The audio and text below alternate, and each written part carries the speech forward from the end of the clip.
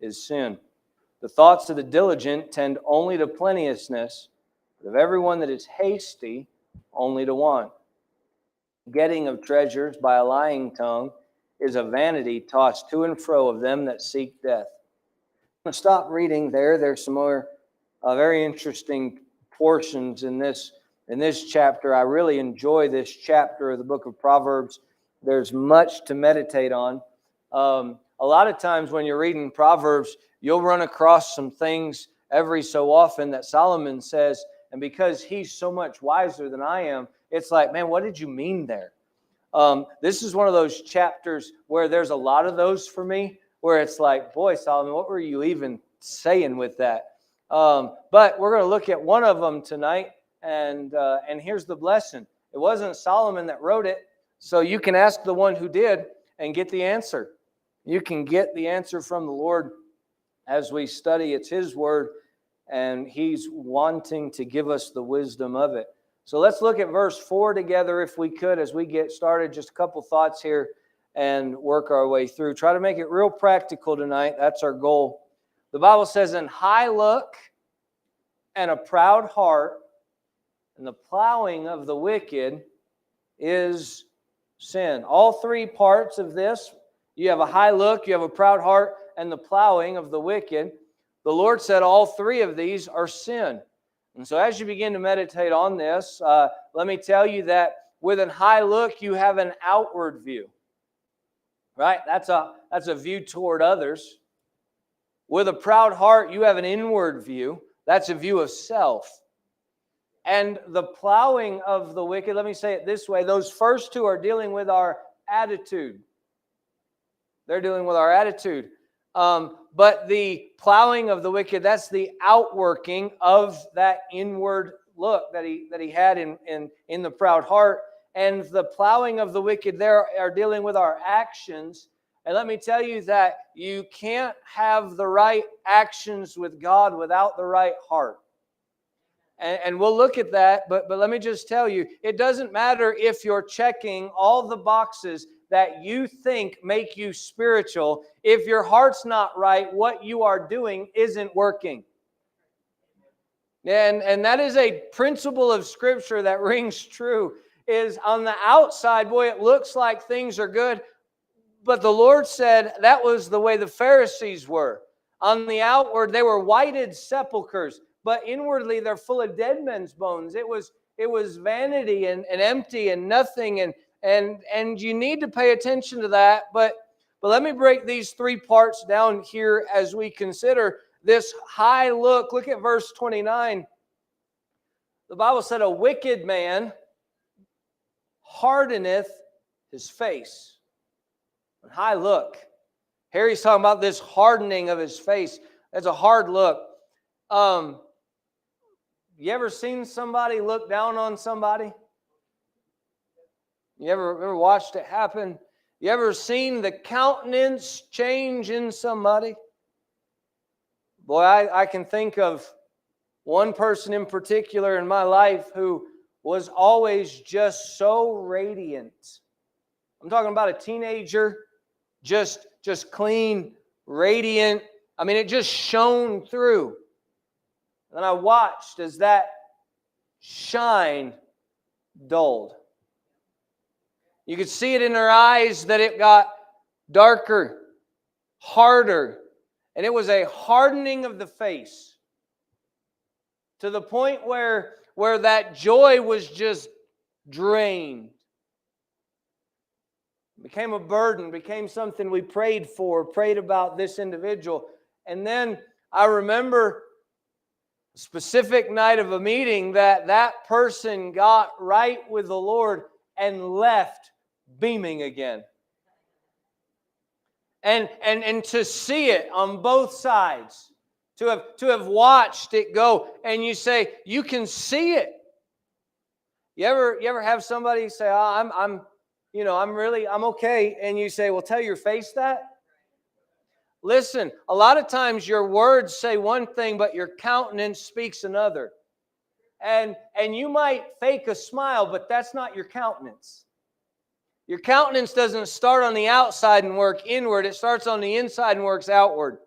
which is why the Lord here said a high look and a proud heart, because the high looks, the outworking of that proud heart. And let me tell you, how you view other people and how you treat other people is indicative of what you think about yourself. When you are the center of the universe, other people are only there in accordance to how they help you. And that shows. Once people don't serve a purpose to benefit or better you, have no use for them. But that's not how the Lord is. And we need to be very careful with that. Come back to Proverbs 6, if you would. Proverbs 6, the Lord deals with these things again here in Proverbs 6, verse 16.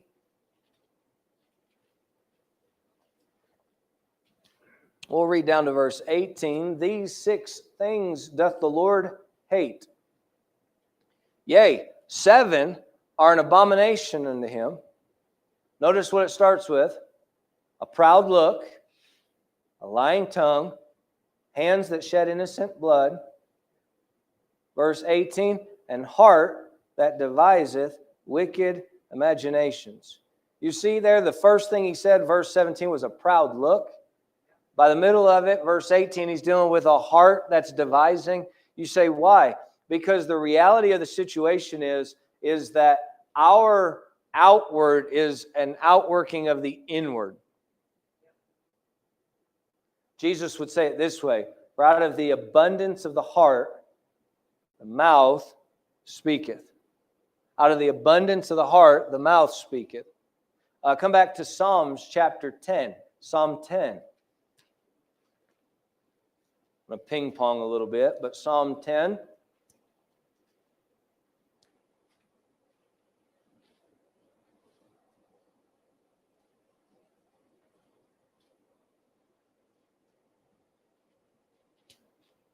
Look at verse 2. We're going to get to verse 4 or 5, but verse 2, notice, the wicked in his pride doth persecute the poor. You see that? The wicked, Psalm 10, verse 2, the wicked in his pride doth persecute the poor. Listen to me. Your pride will affect how you treat other people. If you're selfish, if you're full of yourself, if you're prideful, full of pride, it will cause you to treat other people in a wrong or a harsh way. It just does. Why? Because they rub you the wrong way because it's all about you. And they didn't kowtow to you, or they didn't do it how you wanted. And it's all about you. And it's not about them in any way. It's not about what God's doing in their life or their heart or where they're at or what they needed to hear. It's about how they treated you. And you become the focus of the universe.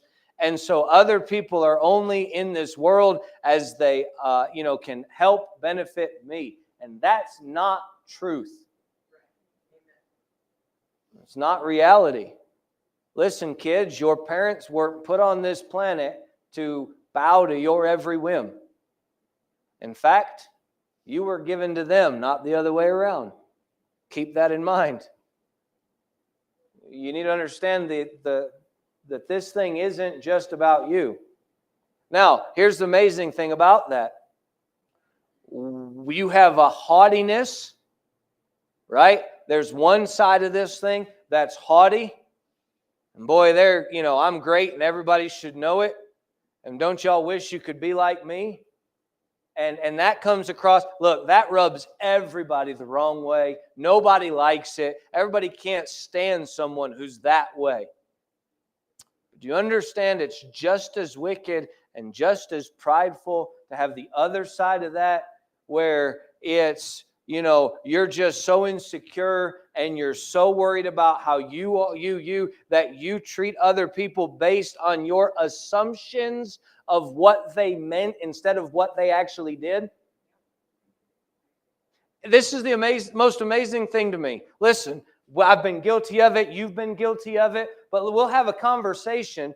And instead of taking what someone said, we trust what we think they may have meant instead of what they said. And if there's not a more proud thing in the world than to declare that I knew better what you meant than you did. But that's what we're doing. When we say, no, I'm perceiving that it was this instead of what you actually said. All I said was have a nice day. Here's what I meant. Have a nice day. Oh, you don't love me. You hate me. You don't. What? No, what I meant was have a nice day. Somebody asked me, said, do you not like me? I said, if I didn't like you, I'd tell you. Me telling you I like you isn't code for I don't like you. But how many times have you been guilty? Now think now, how many times have you been guilty of changing what someone said, or this one? How about this one? We're all guilty of this one too, but you'll start having a conversation with someone without them even being present. You start talking for them in your mind. Now, if you've been married for any length of time, you've done this, don't lie. You start telling your spouse something, and then what they said back to you, and then your response back to them because they were wrong in your head, and how could they? And listen, they didn't. Oh, no, I know they would have said. No, you're full of pride. Get over yourself. If you want to have the conversation, talk to them. But then don't treat it like they said it till they actually say it. Oh, I just knew you were going to say. You are full of yourself. That's a proud look. That's a heart that's full of pride. Oh, I know what you're going to say. Do you understand? My wife, after 15 years, still doesn't know what I'm going to say about whether I like something or not food-wise. That's not her fault. My taste buds change. The other day, I don't even remember where we were. We were ordering something. She said, if you had gone to the bathroom and I had to order, I would never have picked that. I was like, I just thought I'd try something, like whatever. And she's like, I would have never picked that for you. Now listen, sometimes we just get the idea, oh no, I know them so well, in and out. Do you understand? Nobody knows me better than my wife. Sometimes I have to look at her and ask her how I'm feeling. You understand? We know better. Nobody knows us better. But even they don't know everything. So why would you assume you know something about somebody else? And you start going down this line. It's dangerous. Be very careful. But look, we treat other people this way. He said, let them be taken in the devices that they have imagined.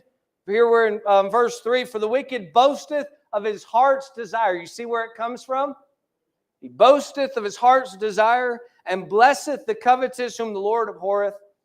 The wicked through the pride of his countenance will not seek after God. God is not in all his thoughts. The wicked through the pride of his countenance. Now listen. When we see it in a toddler, no. You're a bad parent if you say, okay, whatever, sure. No. You don't allow that kind of pride to win. You understand? That doesn't work.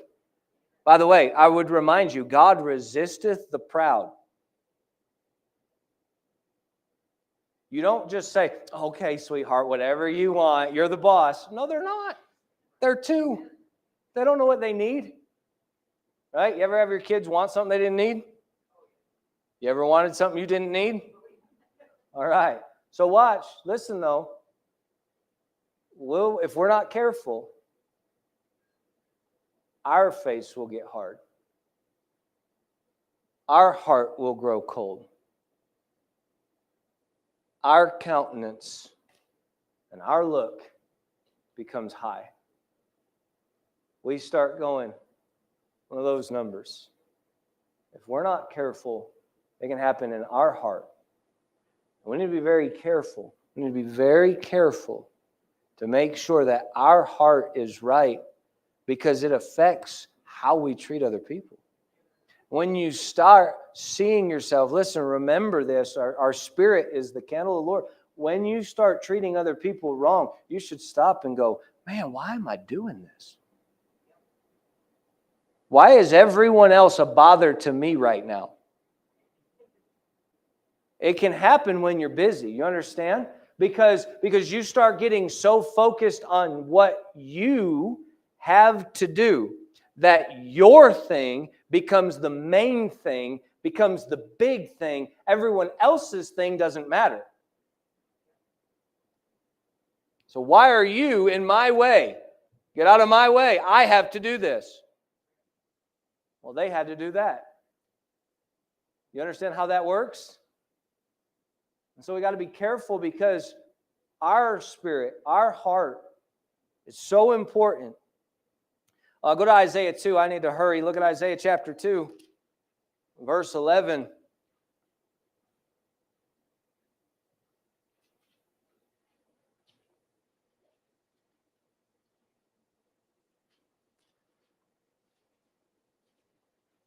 I'm going to say it this way if you can understand what I mean. Please listen, I'm not discounting your look here, because we're dealing with a high look. But please get this. God is pointing out these verses about a proud look because it comes from the heart. Do you understand? It's not even so much the eye roll at the preacher as it's the heart that would dare roll their eyes at the preacher.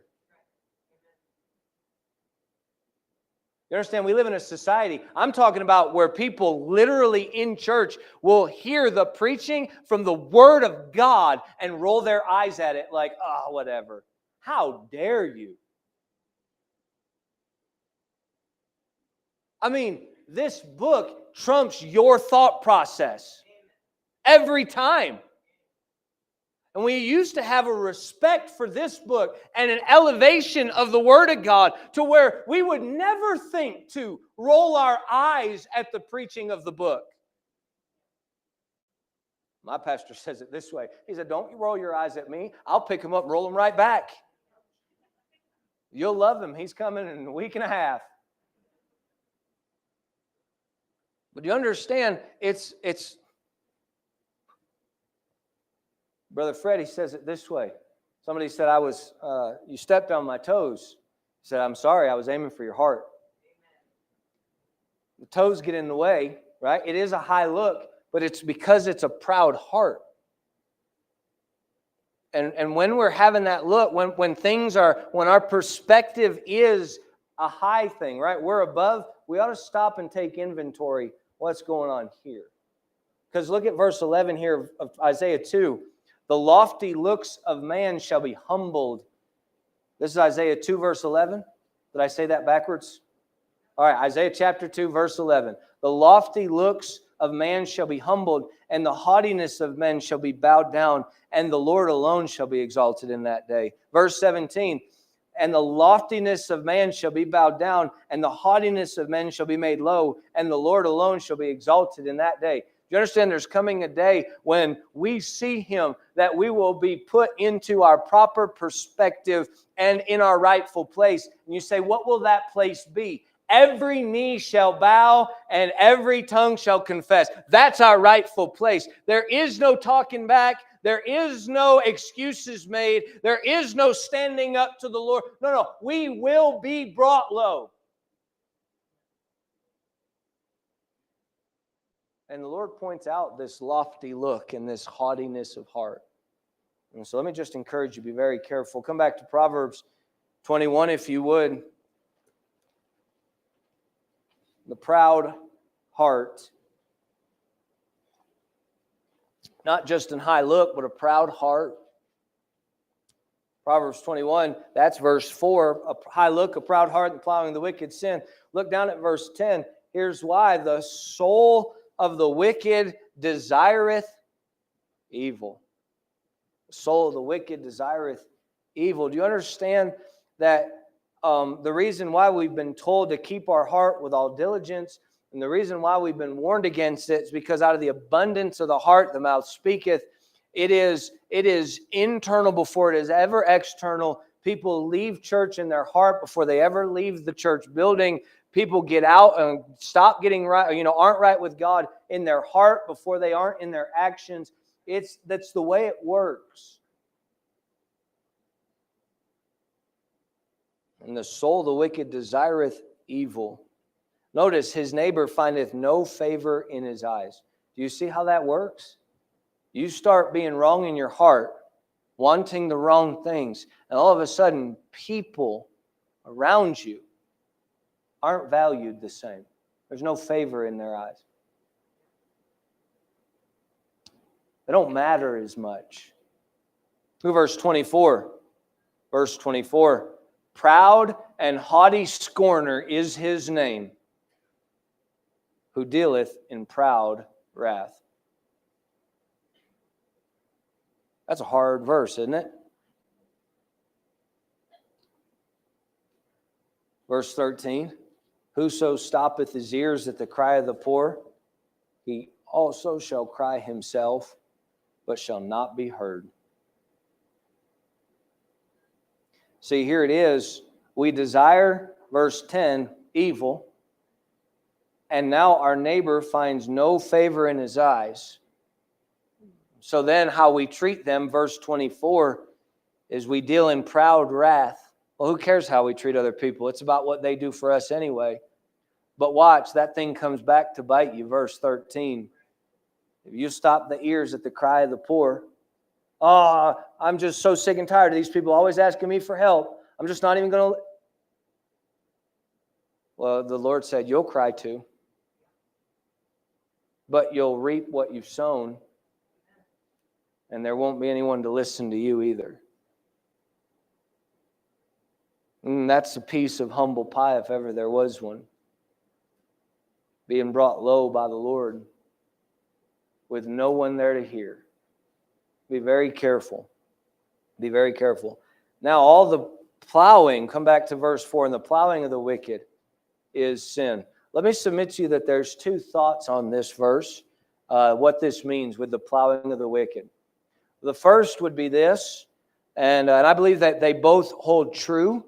I'm not exactly sure which one is the actual interpretation, just to be honest with you tonight.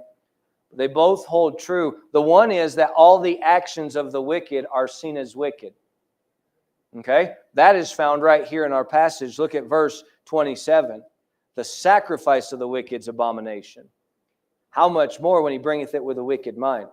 So even a sacrifice of a wicked man is counted wickedness. It's abominable to God. So here they are, they're doing something, I'm going to say it this way, which is right and spiritual and good. But God said that the sacrifice of the wicked is abomination. Why? Because they're not bringing it with the right heart. And God said, how much worse is it when that's the case? When you have a wicked mind and you just want others to think you're spiritual, or you're just trying to put on for other people. He's like, that's even worse. It's even worse. The Lord would have you all in or all out, not in between. It's better to at least admit what you are instead of trying to fake it, pretend. But can I tell you, go back to Proverbs, hold your place here, look at Proverbs 15. You'll find this to be true. Proverbs 15, again, he says it this way, verse number 8. The sacrifice of the wicked is an abomination to the Lord, but the prayer of the upright is his delight. The way of the wicked is an abomination to the Lord, but he loveth him that followeth after righteousness. Do you see how everything they're doing, their worship and their way here are wickedness to God? They're abomination to him. So you have that on one side, that all the actions of the wicked are, and so the plowing of the wicked is sin. But I would submit to you that there is another thought here, and that is that it's not just about all the action, so he's out in his field plowing, but rather that it is the preparation to do evil. And here's what I mean by that. Look at Hosea if you would please, Hosea chapter 10. Ezekiel, Daniel, Hosea. If that doesn't help you, it's right before the book of Joel. That made more sense, didn't it, Brother Gill?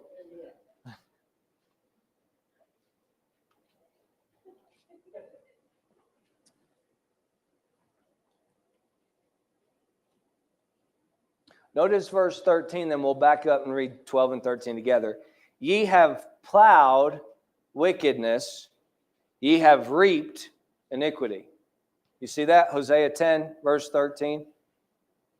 Ye have plowed wickedness, ye have reaped iniquity. Ye have eaten the fruit of lies, because thou didst trust in thy way, in the multitude of thy mighty men. Go back to verse 12. Here's what he says. Sow to yourselves in righteousness, reap in mercy, break up your fallow ground. How's that for your hard look, right? Your hard face. He says to break up your fallow ground, for it is time to seek the Lord till he come and rain righteousness upon you. What he's telling them is that before you can ever sow, you have to plow.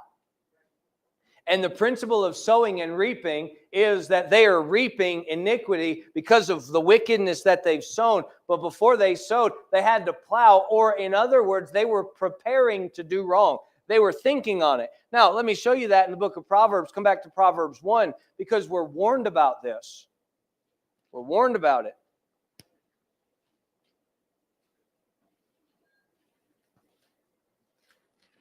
Here's what you'll find. A lot of times kids that have grown up in church, you guys better listen. This is the whole lot of you here. You ought to thank God for being raised in church by good moms and dads. It's a blessing to be in church and to be raised in church. But listen, here's what happens. You might have to be here whether you want to be here or not. You might look the part and act the part whether your heart is or not. But when you're laying in bed thinking of the wickedness that you want to do, you're making plans in your mind of what you're going to do. You say, that doesn't happen. I know better than to think it doesn't happen. You're talking to the wrong person if you're trying to pass that one off. Notice what Proverbs 1, look at verse 10. My son, if sinners entice thee, consent thou not. If they say, come with us, let us lay wait for blood. Let us lurk privily for the innocent without cause. Do you understand? They got a game plan and a strategy of how they're going to accomplish their wicked desire. We figured this out. Look, listen, kid, hey, mom and dad won't find out. How many of you have been guilty of that one? So what are you doing? Your preparation is wicked. Your preparing is wicked. You know what you'll find with all those kings who did that which was right? They prepared their hearts to seek the Lord. And so the other aspect of this, it's not just about their actions. All their actions are viewed as wicked. When it's wicked from the heart, God doesn't accept it. But the other idea is that in their preparations, it's wicked. I mean, I haven't even done wrong. Yeah, but you're like you're making provision for the flesh.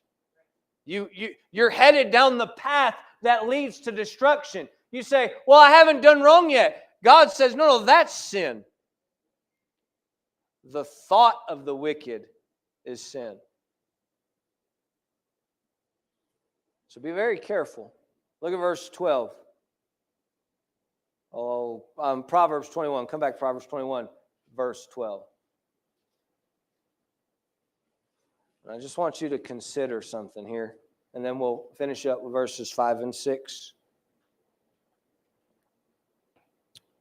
Proverbs 21, verse 12. The righteous man wisely considereth the house of the wicked, but God overthroweth the wicked for their wickedness.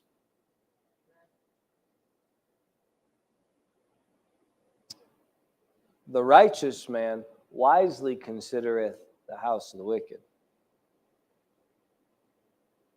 Can I tell you, kids, you ought to be wise enough, listen, to look down the road a little bit.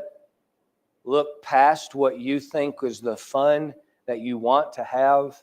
Can I say to you, adults, look past all the glimmer and the glamour of what sin is saying and get to the other side of the action and consider what that looks like. Do you realize there are people who have what you want right now? It doesn't matter what side of the aisle it is. It doesn't matter if it's for God or for the devil. You understand, there are people who have what you want right now. You ought to look at their life, look at their end, and consider, is that what you want? Because the righteous wisely considereth the house of the wicked. God overthroweth the wicked for their wickedness. You sure that's what you want? You want to be fighting against God your whole life? You better be careful. Because a high look, you don't consider that. That proud heart, you don't even consider. When you're making those preparations, or you're just going about everyday life mad at God and mad at the world, and it's sin, and you just don't even consider, boy, where is this taking me? Where's this headed? Verse 5, if you would. The thoughts of the diligent tend only to plenteousness, but of everyone that is hasty, only to want. Look at verse 17 here. He that loveth pleasure shall be a poor man. He that loveth wine and oil shall not be rich. Verse 25. The desire of the slothful killeth him, for his hands refuse to labor. He coveteth greedy all the day long, but the righteous giveth and spareth not. Isn't it amazing? Well, sometimes when God blesses a man or a woman that loves Him with abundance, and they have the right heart, they're some of the most generous people you will ever meet. Things don't allure them. But I've met some stingy, broke, covetous Christians. Absolutely have no money, but wouldn't even think about helping somebody because of their position. And want. You understand? It is often the case that people without money want more than people that have the money to get what you want. That's one of the reasons why they actually have money. It's because they're not wanting all that you want.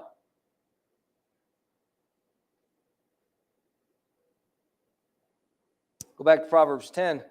Proverbs 10, look at verse 4. Again, the Lord's dealing with the heart here. The thoughts of the diligent tend only to plenteousness, but everyone that's hasty only to want. Proverbs 10, verse number 4, he becometh poor that dealeth with a slack hand. The hand of the diligent maketh rich.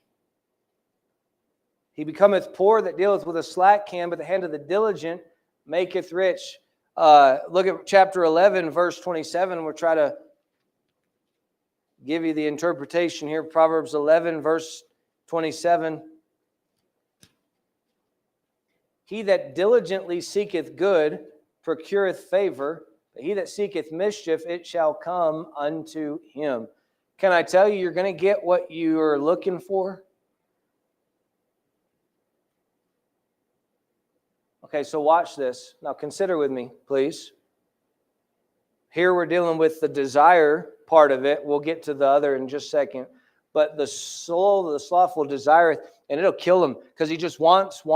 He coveteth greedily all the day long. Listen, if your heart is to want more, do you understand? Your heart will get what it wants. What do you mean by that? Wanting more, and wanting more, and wanting more.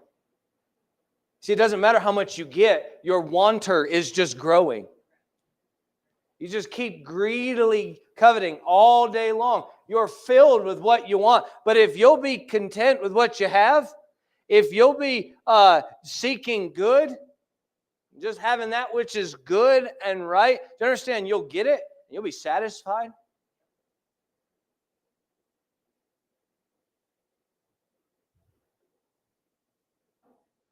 Come back to Proverbs 21.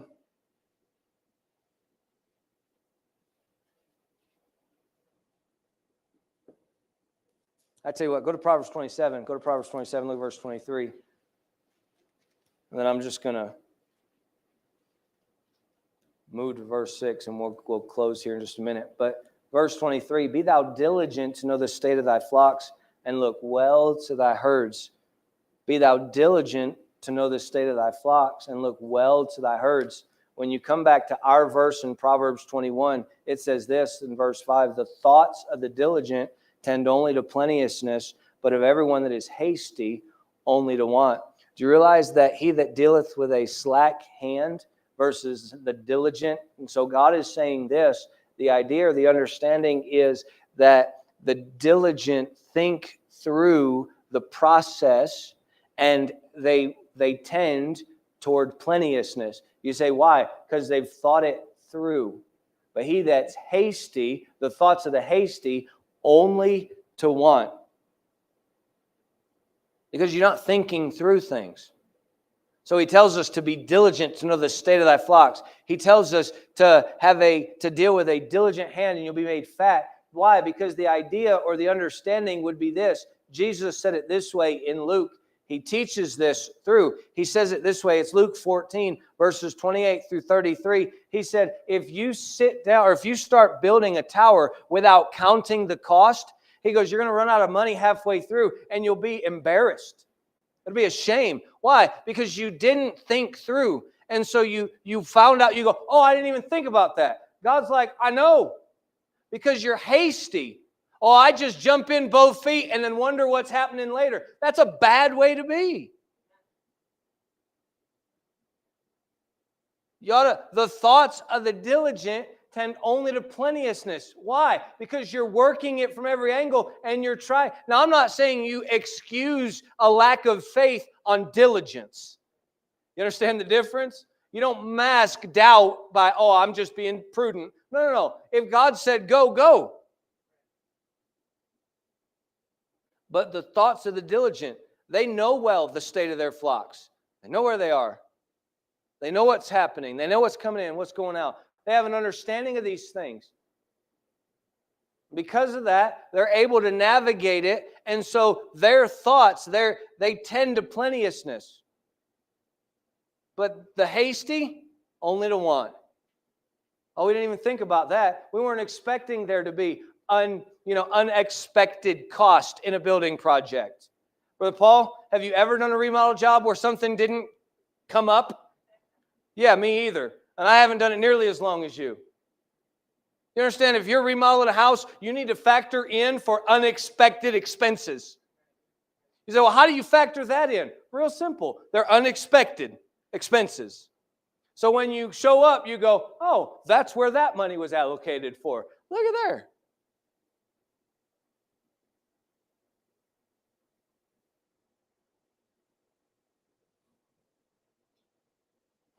I didn't know a construction project had hiccups. That's because you didn't even think about construction projects. They all have hiccups. So making sure we're thinking correctly. Lord deals with that.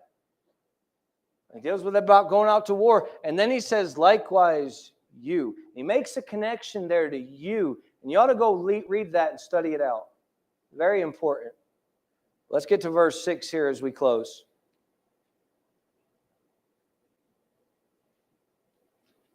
Proverbs 21, verse 6.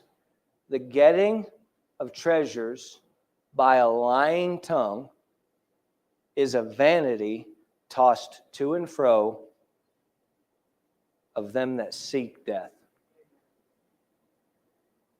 Let me say it this way. How you obtain something matters. How you get it matters.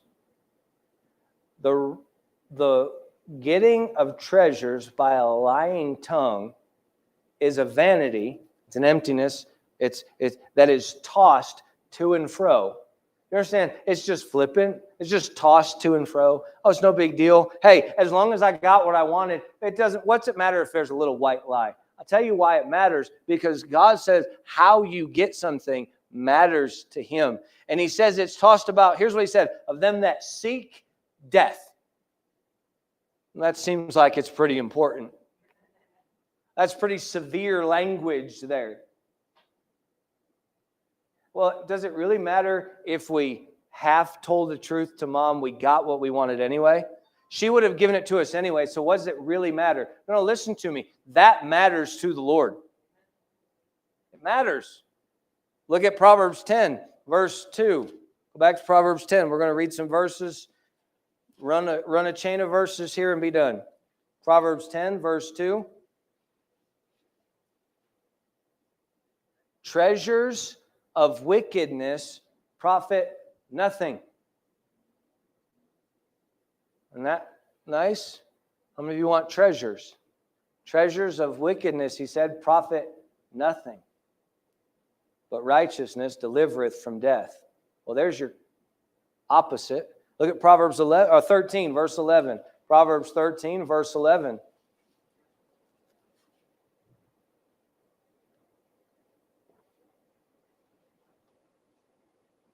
Wealth gotten by vanity shall be diminished, but he that gathereth by labor shall increase.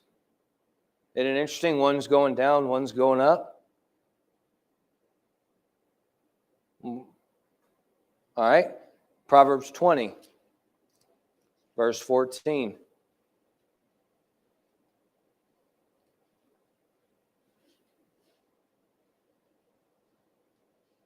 It is not, saith the buyer, but when he is gone his way, then he boasteth. No, there's nothing wrong with that. It's the best vehicle I've ever owned. I really don't even want to sell it. I should be selling it to you for $3,000 more. It's such a nice vehicle. That was a piece of junk. I'm glad they bought that. That's what he's saying. It's not. No, nothing's wrong with it. No. But afterward, he boasted, man, can you believe the sucker I got to buy that one? Verse 21, an inheritance may be gotten hastily at the beginning, but the end thereof shall not be blessed. And now the cherry on top, Jeremiah 17, verse 11, we'll close. Jeremiah 17, 11. Just go back to Hosea and then a couple chapters to the left. Jeremiah 17, verse 11.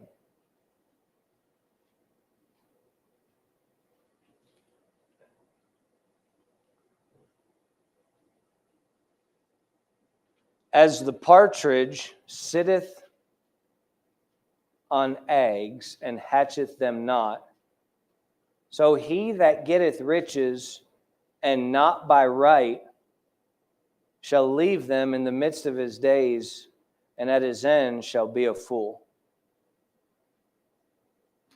Do you understand what the Lord is saying? It matters to him how you get something. There are no shortcuts in God's service.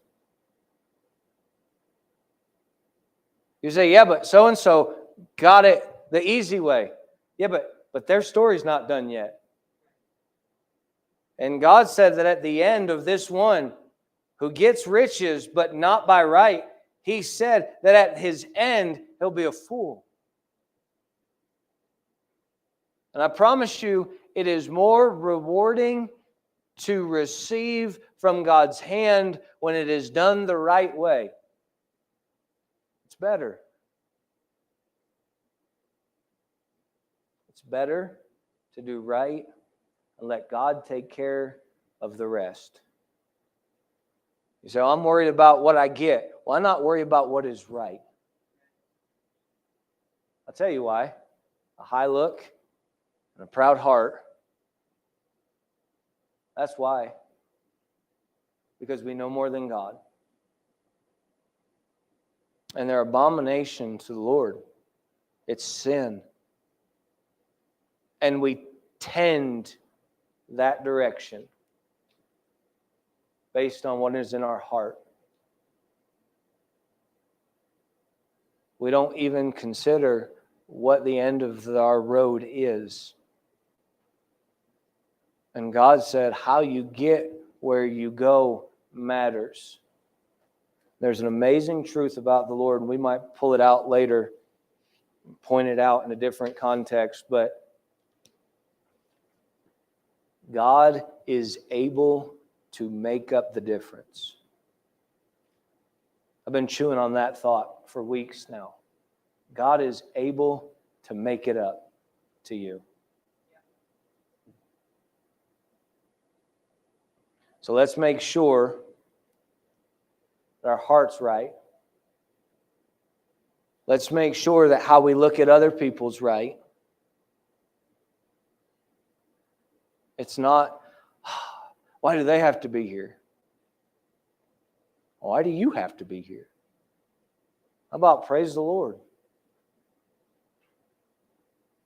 Let's make sure that our outworking towards others that is reflective of our inward man is right, and use it as the barometer. Okay, I'm not treating people right, or I'm not thinking right, or let me search my heart, and God, help me with this, help me with me, so that I might have the right view of other people. Because I want everything that I do to be pleasing in thy sight. So whatsoever thy hand findeth to do. Right? We're supposed to do all to the glory of God. It's about everything. You understand God matters, or God cares about how we're doing even the simplest tasks. So what's the big deal? I put the dishes away, but I didn't close the cabinets. Well, here's the big deal. Your mom wants the cabinet closed, doesn't she? Some of you ladies walk into a cabinet open in your kitchen and go, what are you doing? Who's leaving the kitchens open? It drives you nuts, doesn't it? Yeah, but I put the dishes away. Yeah, but you didn't close the cabinets. Now listen, it's more than just the cabinet. It's the heart. It's the heart. Stand to our feet tonight.